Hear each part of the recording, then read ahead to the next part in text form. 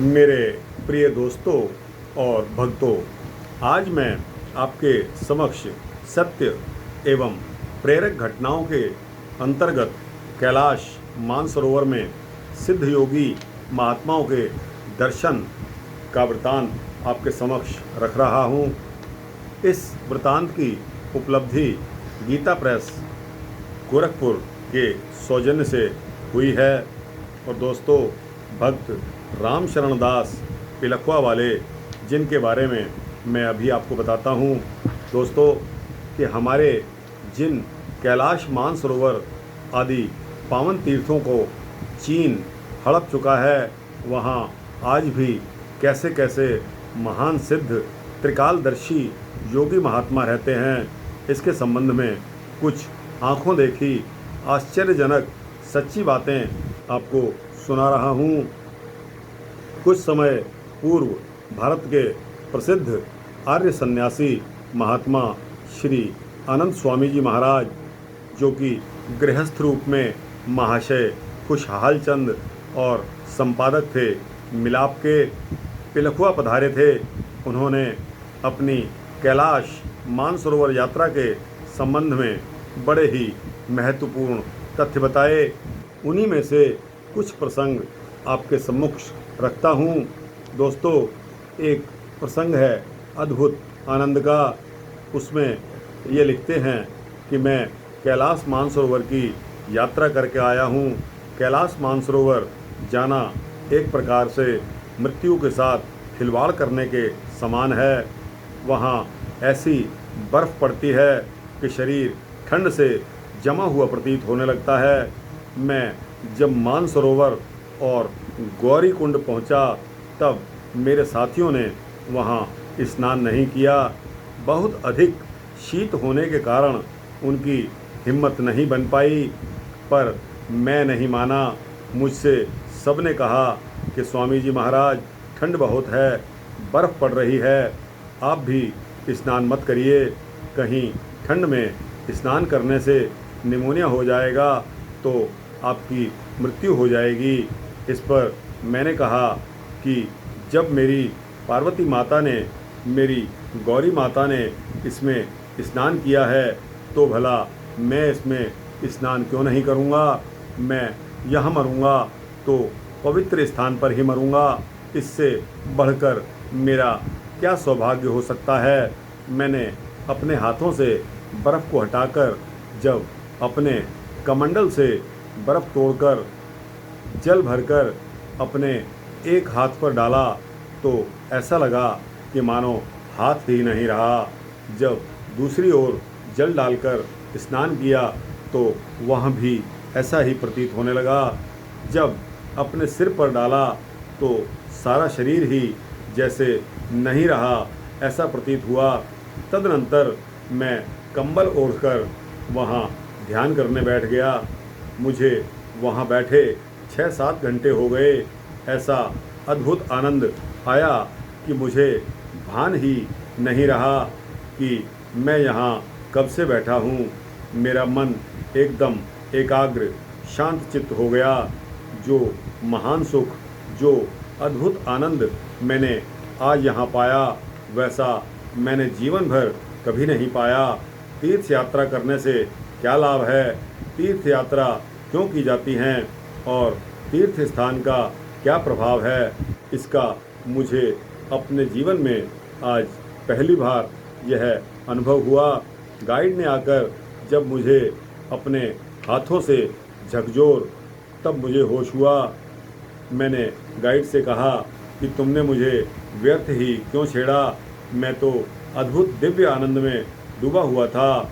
तुमने मुझे छेड़कर मेरे आनंद में विघन डाल दिया, यह ठीक नहीं किया। गाइड ने कहा, महाराज, आपको यहाँ बैठे 6-7 घंटे से भी अधिक हो गए हैं। अब दिन छिपने वाला है, बर्फ़ भी पड़नी शुरू हो गई है।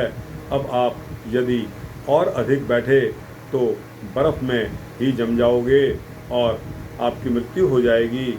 मैंने कहा कि मुझे भले ही मर जाने दो, पर मुझे ऐसा सुख फिर कहाँ मिलेगा। उसने कहा, महाराज, यहाँ मत मरो, मेरी जिम्मेदारी है, इसलिए अब आप उठ जाइए। मैं उठ गया। मैंने सारे पहाड़ की ओर दृष्टि डाली तो चारों ओर बर्फ़ ही बर्फ़ जमी पड़ी थी और वह साक्षात शंकर भगवान का मंदिर सा प्रतीत हो रहा था। मैंने वहाँ एक बहुत ही अद्भुत दिव्य स्थान देखा।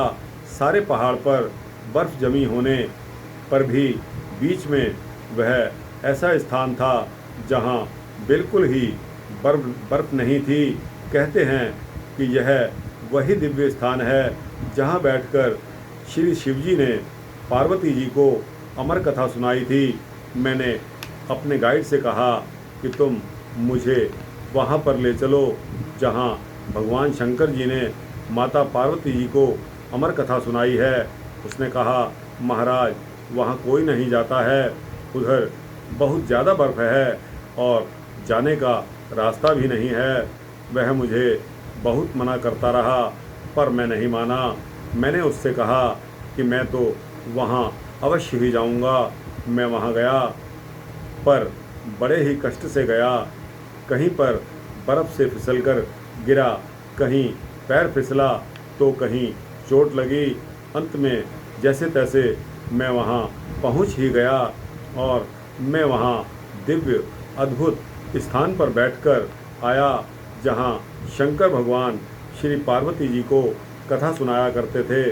वहाँ बैठते ही मेरा मन एकदम शांत हो गया और मुझे एक प्रकार से समाधि सी लगने लगी।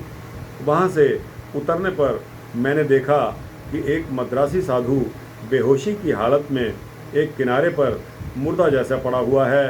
कहते हैं कि मना करने पर भी उसने कुंड में स्नान के लिए छलांग लगा दी।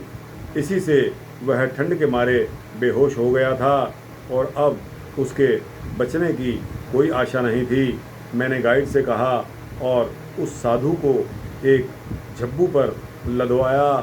फिर उसे बेहोशी की हालत में ही नीचे लाया गया। तदनंतर उसे अग्नि से तपाया गया। तब उसे कुछ होश आया। वहाँ जलाने की लकड़ी बिल्कुल भी नहीं मिलती।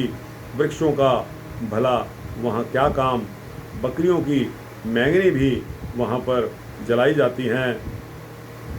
तो दोस्तों, यह रहा आपका कैलाश मानसरोवर में सिद्ध योगी महात्माओं के दर्शन का अनुभव।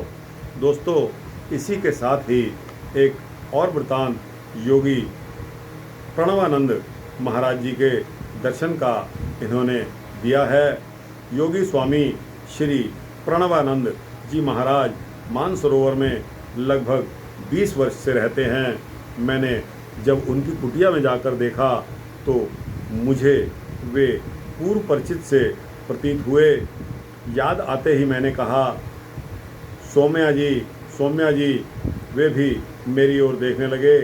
वे 20 वर्ष पूर्व जब लाहौर में रहते थे तब कुछ दिनों तक मेरे पास रहे थे। उस समय वे राजनीति में भाग लिया करते थे। मैंने उन्हें जब इस बात का स्मरण दिलाया तो उन्हें भी याद आ गया और उन्होंने मुझसे कहा कि मैं 20 वर्ष पहले राजनीति में भाग लेता था और राजनीतिक नेताओं के साथ मिलकर काम किया करता था। पर जब मैंने देखा कि राजनीति में भाग लेने वाले प्रायः सभी चरित्र भ्रष्ट हैं, तब मेरे मन में बड़ी ही ग्लानि हुई और मैं एकदम वहाँ से हटकर यहाँ आ गया। तब से योगाभ्यास करता हुआ मैं यहीं पर रहता हूँ। मैंने जब से उनसे पूछा कि आपने योग में क्या सीखा है, तब उन्होंने मुझे कुछ क्रियाएं दिखाई। प्राणायाम द्वारा लंबे लंबे श्वास खींचे और पेट, छाती, टांग, बाँह, सिर सभी को फुटबॉल की तरह फुला दिया। फिर एकदम बैठे बैठे उनका आसन पृथ्वी से ऊपर उठ गया और ऊपर छत तक लग गया। फिर नीचे आ गया। उनके योग का यह आश्चर्यजनक चमत्कार मैंने अपनी खुद आँखों से देखा। उन्होंने और भी बहुत सी योग की बातें बताई जो सर्वसाधारण के सामने नहीं बताई जा सकती। दोस्तों, इसके साथ ही यह वृत्तांत समाप्त होता है। दोस्तों, कितने सुंदर और योगी पुरुष के दर्शन का वृत्तांत इन्होंने यहाँ दिया है। यह पढ़ते ही दोस्तों मेरा मन भी यह कर आया कि शायद अगर किस्मत में हुआ तो मैं भी कैलाश मानसरोवर में जाकर दर्शन करूँगा और हो सकता है कि मेरा मन भी वहाँ स्नान करने के लिए कर जाए, या जहाँ भगवान शिव ने पार्वती जी को बैठकर कथा सुनाई थी उस स्थान को भी देखने का मन करता है।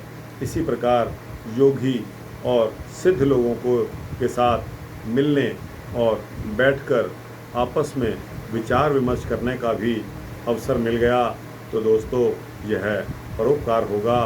दोस्तों, यह वृत्तांत आपको कैसा लगा? अगर यह वृत्तांत अच्छा लगा हो तो दोस्तों इसको लाइक और शेयर करके अपने जैसे दोस्तों को, भक्तों को अवश्य भेजना। और दोस्तों, इसी तरह के वृत्तांत पाने के लिए इस चैनल को सब्सक्राइब करना, तो आपको इसी तरह के वृत्तांत मिलते रहेंगे। यह मेरा संकल्प है। दोस्तों, आज तक बस इतना ही। आगे के लिए इंतज़ार कीजिए। दोस्तों, जय श्री राम, जय श्री कृष्ण, जय शिव पार्वती।